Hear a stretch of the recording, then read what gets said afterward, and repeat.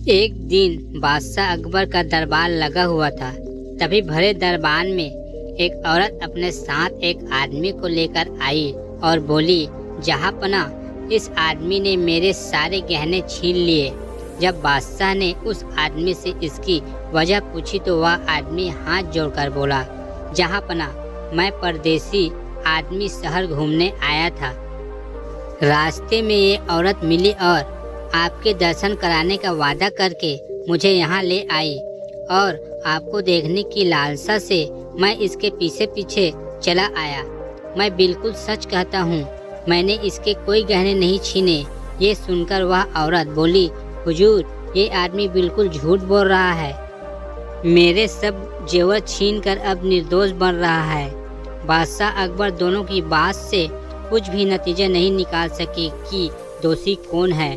दूसरे दरबारी भी इनकी बातों से कोई भी नतीजा नहीं निकाल सके। आखिर में बादशाह ने इस फैसले का जिम्मा बीरबल को सौंप दिया। बीरबल पहले ही दोनों का हाल सुन चुके थे। उन्होंने उस औरत से पूछा, तेरे गहने कितने रुपए के होंगे? औरत ने जवाब दिया, करीब 6000 रुपये की।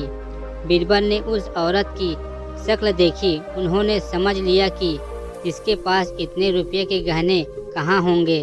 सच है, ये बेगुनाह परदेसी को लूटना चाहती है। ये सोचकर बीरबल ने सरकारी खजाने से 6000 रुपये मंगवाए और चुपके से एक सिपाही को दे दिए और सिपाही को समझा दिया कि उस परदेसी आदमी को समझा दे कि बीरबल का हुक्म पाते ही ये रुपये उस औरत को दे देना। सिपाही ने आदमी को अलग से ले जाकर बीरबल के कहे मुताबिक उसे सब समझाकर रुपये दे दिए। कुछ ही देर बाद बीरबल उस आदमी से बोले, तुमने इसके गहने छीने। ये औरत कभी झूठ नहीं बोल सकती, इसलिए या तो तुम इसके गहने वापस कर दो या 6000 रुपये ही दे दो, फिर तुमको छोड़ दिया जाएगा, नहीं तो जेल की हवा खानी पड़ेगी। उस आदमी ने 6000 रुपये उस औरत को दे दिए और वह औरत वहां से चली गई। फिर बीरबल ने उस परदेसी से उससे सारे रुपये छीन लाओ, रुपया लेकर ही लौटना। वह आदमी हुक्म पाते ही उस औरत के पीछे रुपये छीनने दौड़ा और बीरबल ने अपने 2 गुप्तचरों को उसके पीछे राह की घटना देखकर सही सही खबर देने के लिए भेज दिया। उस आदमी ने औरत से रुपये छीनने की कोशिश की, लेकिन बहुत कोशिश करने के बाद भी वह उससे रुपया नहीं छीन सका।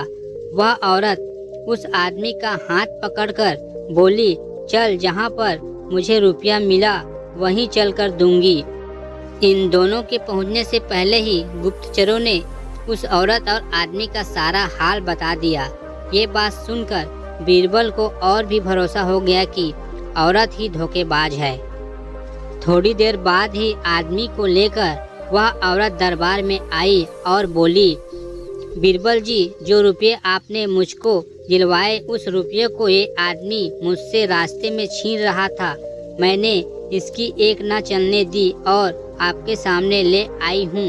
बीरबल ने ये सुनकर उस औरत से कहा, तुमसे इतने रुपये छीन लिए या नहीं? औरत बोली, इसने कोशिश तो बहुत की लेकिन मैंने नहीं दिए।